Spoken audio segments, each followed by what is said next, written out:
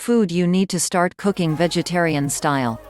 You will use the same type of cooking supplies that you already use. However, you may need to break out the blender and food processor, if you aren't using it on a regular basis. There are also several new ingredients and foods that you will be incorporating into your diet, including fruits and vegetables, grapes,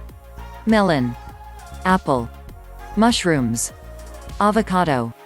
tomatoes, oranges, broccoli, kiwi, potato,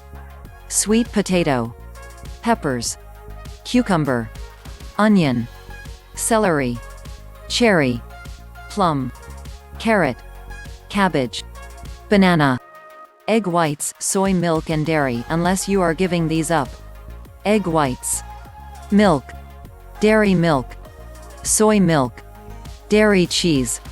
soy cheese, yogurt, sauces and oils, olive oil, rice vinegar, toasted sesame oil, ground nut oil, tamari Japanese soy sauce, hot chili oil, seasonings, black pepper, curry powder, Dijon mustard, fresh garlic, fresh ginger, sea salt, herbs and spices, anise, basil,